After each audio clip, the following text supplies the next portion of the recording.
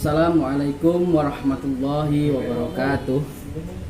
Anak-anakku sekalian yang saya sayangi, kali ini materi kita sudah memasuki pada materi yang kedua, yaitu dalam aspek tauhid dari materi pendidikan agama Islam kelas 12, yakni mengenai rukun iman yang kelima, yaitu beriman kepada hari akhir atau hari kiamat. Anak-anakku sekalian, sudah sering sekali, bahkan sejak kecil kita sudah diberikan kewajiban dalam beriman, untuk beriman kepada hari akhir atau hari kiamat. Apa itu pengertian dari hari kiamat? Kiamat atau hari akhir yaitu suatu peristiwa yang luar biasa yang pasti akan terjadi, di mana seluruh makhluk di alam semesta raya ini, siapapun itu, baik dari alam yang nyata maupun dari alam yang gaib maupun dari makhluk hidup manapun, pasti akan hancur, akan mati, akan musnah, meninggal dunia. Dan hanya satu yang masih tersisa, Allah Subhanahu wa ta'ala. Makhluk manapun yang menghuni planet manapun, baik di muka bumi ataupun planet yang lain, seandainya ada, atau dari makhluk gaib manapun, dari alam demit, alam jin, alam malakut dan lain sebagainya, semuanya mati. Yang tersisa hanyalah Allah Subhanahu wa ta'ala. Itulah hari akhir, hari kiamat. Setelah hari itu terjadi, maka masuklah manusia pada fase akhirat. Nah, fase akhirat ini nanti akan berlangsung beberapa fase ya, sejak hari kiamat, kemudian ada hari yaumul hisab, yaumul barzah, yaumul mizan dan lain sebagainya. Semuanya nanti akan kita bahas pada materi kali ini. Kata kiamat berasal dari bahasa Arab qoma yaqumu qiyaman, yang bermakna berdiri atau bangkit atau tegak. Kenapa hari kiamat disebut sebagai hari bangkit, hari berdiri, hari tegak? Karena di situ setelah kiamat terjadi, maka pengadilan yang sebenar-benarnya akan ditegakkan. Sudah tidak ada lagi pengadilan yang seperti di dunia ini, di mana hukumnya tajam ke bawah tapi tumpul ke atas. Semuanya akan terkena hukum dengan adil. Keadilan Allah akan ditegakkan setegak-tegaknya. Tidak ada yang bisa korupsi, tidak ada yang bisa main mata, tidak ada jaksanya, tidak ada. Yang ada apa? Persaksian langsung dari Allah Subhanahu wa ta'ala dari apa-apa yang pernah kita perbuat di dunia ini, semuanya akan tampak nyata, tidak ada yang tersisa sama sekali. Iman kepada hari akhir artinya kita mempercayai dengan sepenuh hati, meyakini dengan seyakin-yakinnya, karena semuanya sudah tercantum di dalam Al-Quran. Dalil nakliyah banyak, dalil akliyah juga banyak. Kita yakin, sebenar-benarnya yakin bahwa hari itu, hari kiamat itu pasti akan datang, pasti, dan tidak mungkin tidak. Sangat banyak sekali ayat-ayat di dalam Al-Quran yang menjelaskan tentang hari kiamat ini. Salah satunya ada surat Al-Qari'ah, kalian semuanya pasti sudah hafal. Surat Al-Zalzalah, idza zulzilatil ardu zilzalaha. Surat Al-Waqi'ah, idza waqa'atil waqi'ah, dan lain sebagainya.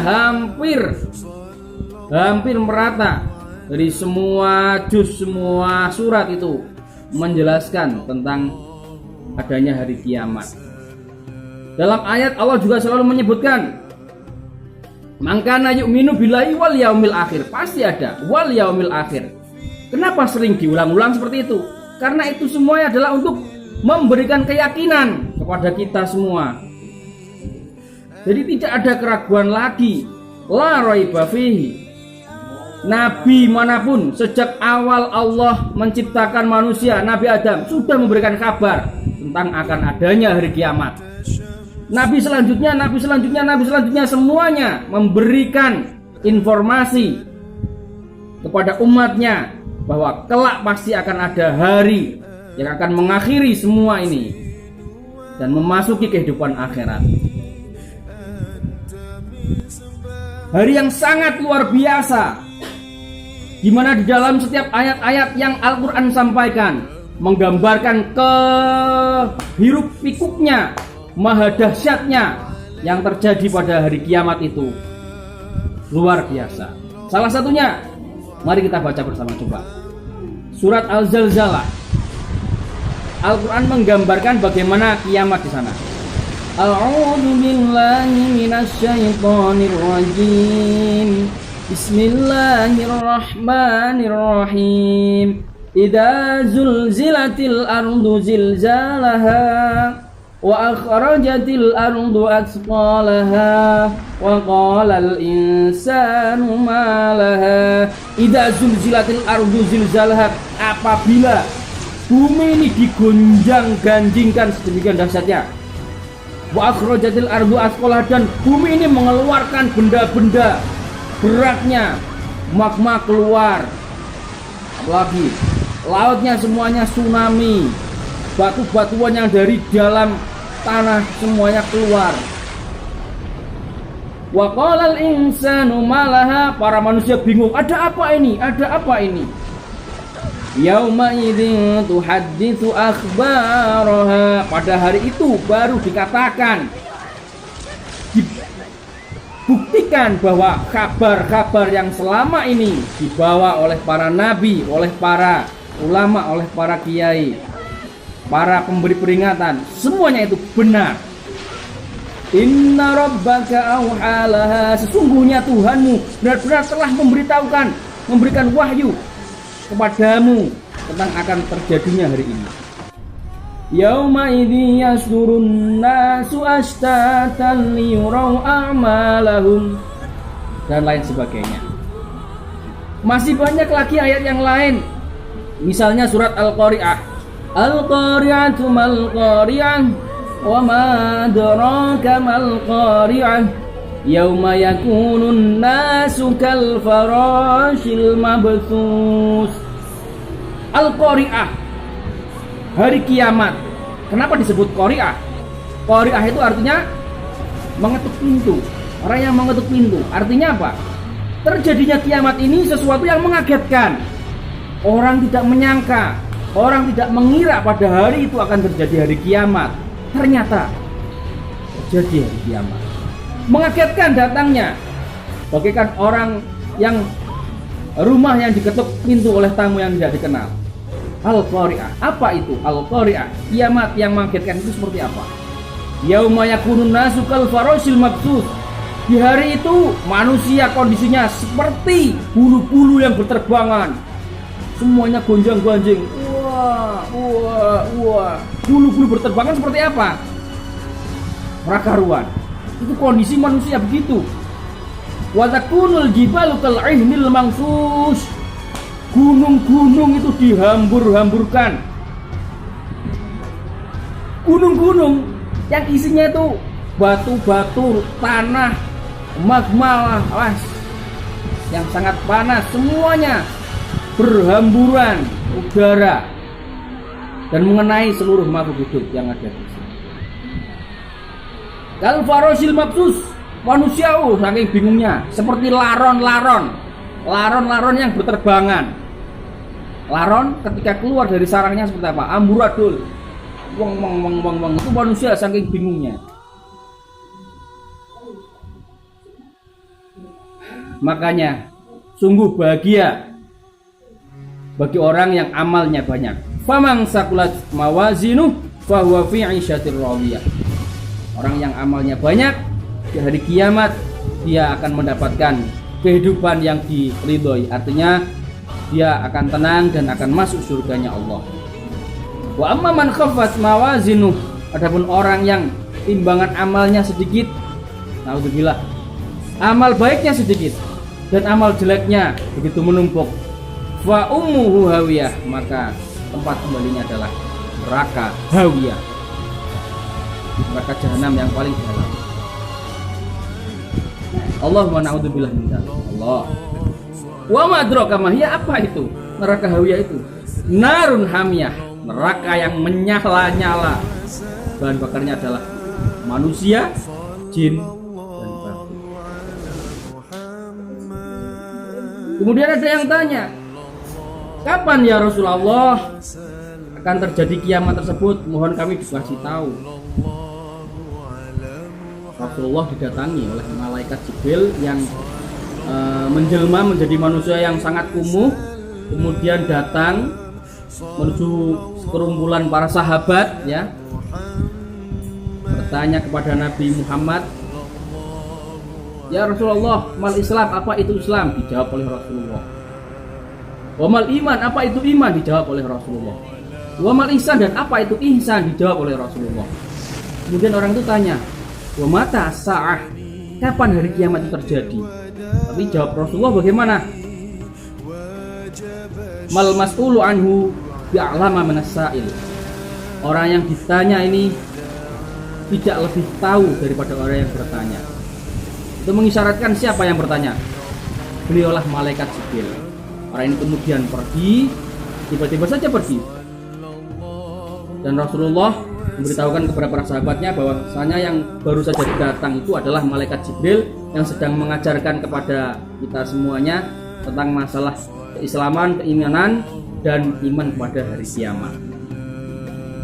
Jadi di sini Rasulullah pun sebenarnya tidak tahu kapan hari kiamat itu terjadi.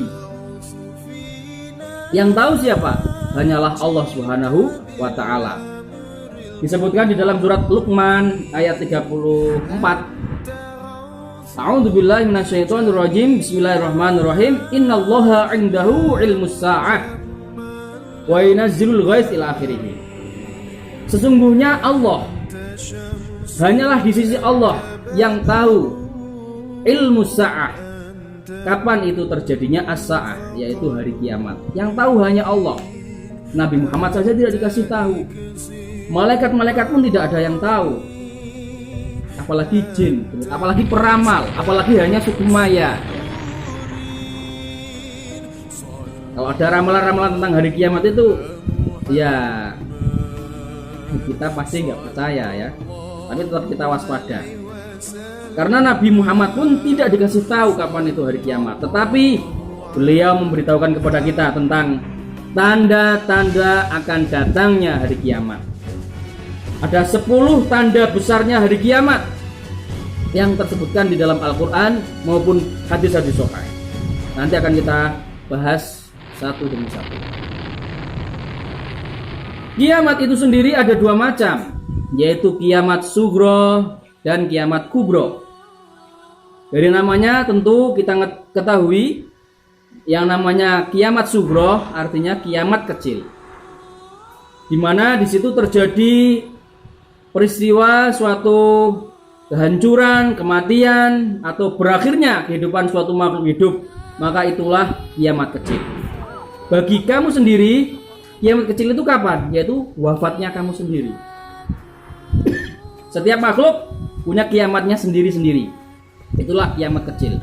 Apalagi ketika terjadi musibah yang menggugurkan banyak jiwa, ya. Misalnya terjadi tsunami, banjir, tanah longsor dan lain sebagainya, sehingga ratusan, ribuan, atau bahkan jutaan manusia mati, misalnya kena bom nuklir, bom atom, atau terkena suatu virus yang bisa membunuh banyak manusia. Itu juga termasuk kondisi kiamat sugro.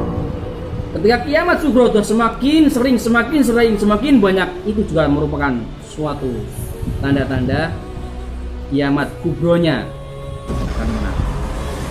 Yang kedua adalah kiamat kubro, yaitu kiamat besar. Inilah yang dimaksud oleh Al-Quran, inilah yang dimaksud oleh Nabi Muhammad dengan yang disebutkan Yaumul Qiyamah, hari kiamat yang sebenarnya, di mana seluruh alam semesta ini hancur lebur, seluruh alam dunia, alam gaib, semua planet, semua benda-benda yang ada kehidupan di sana hancur. Entah bagaimana caranya, cara teori ilmu fisika ada sendiri, ilmu biologi ada sendiri, ilmu geografi ada sendiri. Hampir ilmu-ilmu sains modern juga punya teori bagaimana peristiwa kiamat itu nanti akan terjadi.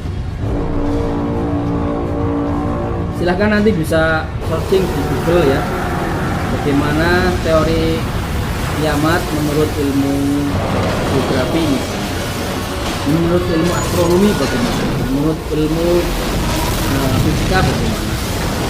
Itu silahkan cari sendiri ya. Misalnya nih ya, misalnya kalau menurut teori ilmu geologi atau ilmu dunia, ini kan mengatakan kalau bumi, planet-planet yang lain itu semuanya itu berasal dari suatu gas nebula ya, semacam gas panas yang kalau dalam kurun jutaan tahun akan mengalami proses pendinginan sampai membeku dan akhirnya menjadi zat padat yang akhirnya menjadi planet-planet itu ya, termasuk planet bumi ini. Tetapi sebenarnya di dalam perut bumi itu sendiri masih tersimpan zat-zat panas itu, sesuai zat nebula itu, gas panas itu di dalam inti bumi itu masih tersimpan banyak ya, yang semakin lama semakin berkembang, mendesak untuk keluar. Nah, apabila memang nanti suatu saat nanti Allah kehendaki, entah terjadi peristiwa bagaimana, nanti pasti dari dalam bumi itu zat-zat panas dari gas nebula itu pasti akan keluar, akan menjadikan letusan dari dalam inti bumi itu. Mungkin karena tekanan yang tidak seimbang dari daratan yang ada di bumi ini dengan tekanan yang ada di dalam bumi, sehingga bumi akan terjadi goncangan, terjadi gempa, dan akhirnya meledaklah bumi. Itu mungkin salah satu teori geologinya seperti itu. Teori-teori yang lain masih banyak, bagaimana planet yang lain hancur. Menurut teori astronomi misalnya, nanti misalnya setiap planet kehilangan gaya gravitasinya, akhirnya sudah tidak bisa berrotasi. Kemudian nama-nama lain dari hari kiamat, ada beberapa nama yang disebutkan di dalam Al-Quran. Yang pertama adalah tadi itu ya, Yaumus Sa'ah, hari kepastian, karena hari itu pasti akan terjadi. Yang kedua ada namanya Yaumul Fasli, hari keputusan, karena pada hari kiamat itu akan diputuskan mana yang benar dan mana yang salah, mana yang akan masuk ke surga dan mana yang akan masuk ke neraka. Pengadilan akan ditegakkan setegak-tegaknya. Yang ketiga, hari kiamat disebut juga sebagai At-Thammah atau malapetaka, karena pada hari itu itulah malapetaka yang terbesar. Disebut juga yang keempat, disebut Al-Ghasyiyah, artinya kejadian yang mengerikan, karena kejadian pada hari kiamat itu benar-benar tidak bisa terbayangkan. Semua film-film tentang kiamat yang pernah kalian tonton, misalnya 2012, misalnya Armageddon dan lain sebagainya yang dibuat oleh Hollywood, itu hanyalah sebagian kecil ilustrasi mereka yang menggambarkan hari kiamat. Kenyataannya seperti apa? Pasti lebih dahsyat dari itu semua. Padahal dalam film saja kita sudah merasakan itu sangat dahsyat sekali ya. Yang sebenarnya nanti terjadi pasti berkali-kali lipat lebih dahsyat daripada hanya itu. Kalau dalam film itu misalnya laut terjadi tsunami menghancurkan seluruh gedung-gedung. Kalau hanya seperti itu ya berarti yang hancur, yang mati hanya makhluk-makhluk yang di darat yang terkena tsunami. Sedangkan ikan-ikan besar, makhluk-makhluk laut kan masih belum bisa mati. Bagaimana? Pasti lebih hebat lagi. Tidak hanya sekedar itu saja. Kalau dalam film itu malah ada yang selamat juga. Masa kiamat ada yang selamat? Nggak ada. Semuanya akan mati. Makhluk gaib pun akan mati. Bahkan malaikat pencabut nyawa sendiri, siapa? Malaikat Israel, itu pun juga akan mati. Siapa yang mencabut nyawanya? Yang malaikat Israel sendiri. Apakah itu tidak bunuh diri, Pak? Seperti itu tugasnya memang. Dan nanti siapa yang dihidupkan pertama kali? Malaikat yang meniupkan trompet, yaitu malaikat Israfil. Karena kalau belum ada trompet, makhluk hidup yang lain belum bisa bangkit lagi. Kemudian yang keenam, ada nama lain dari hari kiamat, yaitu Al-Waqiah, artinya peristiwa dahsyat. Karena betapa dahsyatnya peristiwa pada hari ini. Yang ketujuh, ada nama lain lagi, yaitu Yaumul Fathi, hari kemenangan, di mana di hari itu akan jelas siapa yang akan menang di antara seluruh manusia ini. Yaitu siapa? Orang-orang yang mukmin, yang muslim, agama yang paling benar di sisi Allah, inilah nanti yang akan menjadi pemenangnya. Pahamkan itu. Yang terakhir disebut juga sebagai Yaumul Hasrah, hari penyesalan, yaitu bagi orang-orang yang selama hidupnya tidak mengenal Islam, selama hidupnya tidak mau masuk ke dalam agama Islam, tidak beriman kepada Allah, ataupun orang-orang yang sudah Islam namun banyak berbuat maksiat. Di hari itu nanti akan merasa menyesal yang sangat dalam. Cukup sampai di sini dulu anak-anak untuk materi selanjutnya tentang tanda-tanda besar hari kiamat dan perilaku yang mencerminkan kita beriman kepada hari kiamat akan dilanjutkan pada pertemuan ke depan. Semoga bermanfaat. Assalamualaikum warahmatullahi wabarakatuh.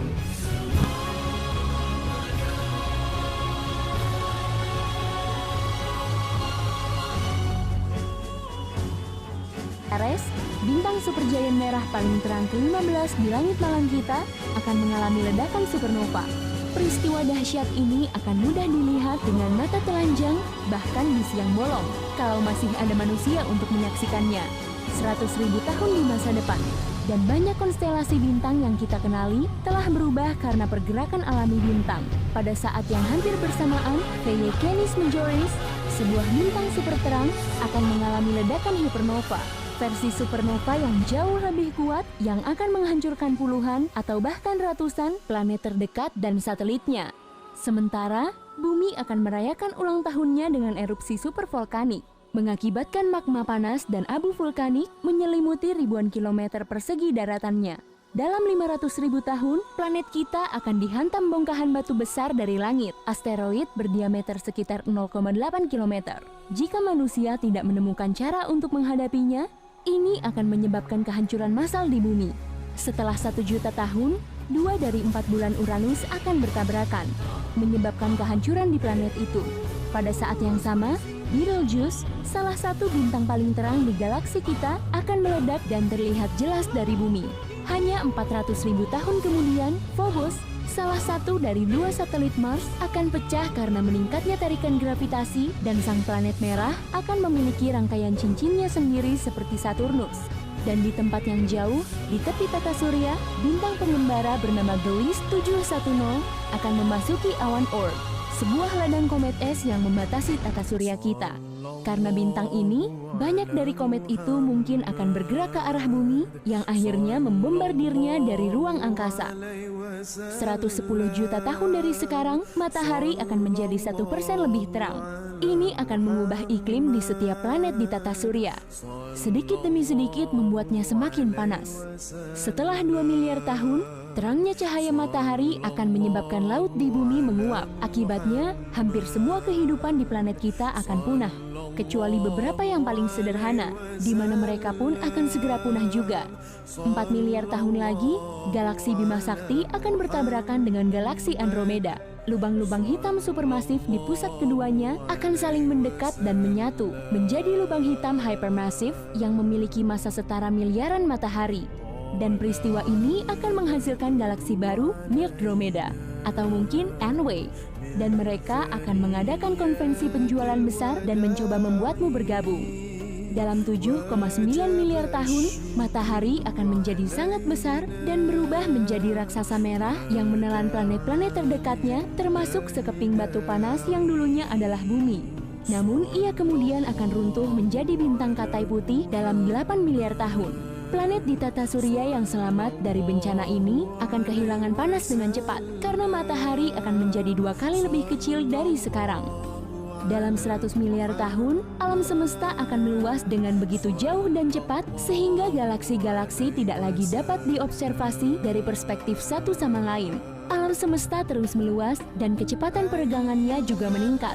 Ada yang mengatakan lebih cepat dari kecepatan cahaya, sehingga mustahil untuk melihat ujung alam semesta yang sebenarnya. Dalam 1 triliun tahun, tidak akan muncul lagi bintang-bintang baru di ruang angkasa. Alam semesta akan membentang begitu luas, hingga jarak antar bintang dan galaksi akan terlalu besar. Tidak akan ada lagi awan gas, sehingga tidak ada lagi material untuk membentuk bintang-bintang baru. Dalam 100 triliun tahun, era degenerasi akan dimulai. Tanpa bahan bakar untuk memberi makan bintang-bintang baru, pembentukannya akan berhenti sama sekali. Di saat yang sama, bintang-bintang yang ada perlahan-lahan akan memudar, berubah dari bintang terang menjadi bintang Katai, merah, biru, putih, dan coklat.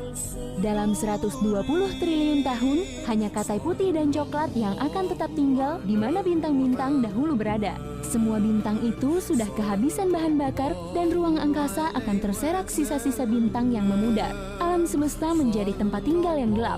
Bintang Katai coklat akan sesekali bertabrakan dengan satu sama lain, melebur menjadi bintang Katai merah untuk waktu yang singkat. Tetapi pada akhirnya, tanpa bahan bakar, bintang ini pun juga akan padam dan meninggalkan kegelapan. Setelah 1 kuadriliun tahun, semua planet akan terlempar keluar dari orbitnya dan melayang di angkasa luar yang dingin dan gelap. Tidak ada yang bisa hidup di planet-planet ini lagi dan tidak ada yang bisa menyalakan kembali bintang-bintang di ruang angkasa. 1 kuintiliun tahun dan benda-benda yang dulunya bintang juga akan dikeluarkan dari galaksinya, mengembara di alam semesta yang kosong selama waktu yang tersisa. Menurut standar luar angkasa, itu tidaklah terlalu lama. Dalam 10⁻45 tahun, bahkan partikel yang membentuk semua hal di alam semesta akan mulai membusuk. Dan ketika proses itu selesai, era lubang hitam segera dimulai. Lubang hitam akan menjadi satu-satunya benda yang tersisa di alam semesta. Sisanya akan musnah. Tetapi bahkan lubang hitam pun tidak abadi. Benda langit ini juga akan membusuk. Dan itu akan terjadi sekitar 10⁻107 tahun dari sekarang. Apa yang tersisa setelah lubang hitam hilang adalah ruang hampa murni yang berisi partikel-partikel subatomik kecil. Akan ada samudera kehampaan luas dan tidak dapat dipahami hingga hal-hal kecil itu pun lenyap juga, mengakibatkan alam semesta kosong total. Nah, untuk berkuintiliun-kuintiliun tahun, tidak akan ada apa-apa. Periode ini disebut era kegelapan, dan waktu tidak lagi jadi masalah pada saat ini.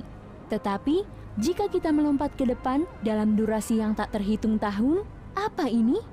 Ruang itu tampaknya bergerak. Itu beriak. Riak-riak itu semakin besar dan luas, menyerap semakin banyak alam semesta yang kosong.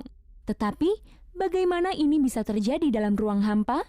Ya, itu karena kehampaan palsu yang hadir berdampingan dengan yang asli. Belum ada yang tahu persis itu apa.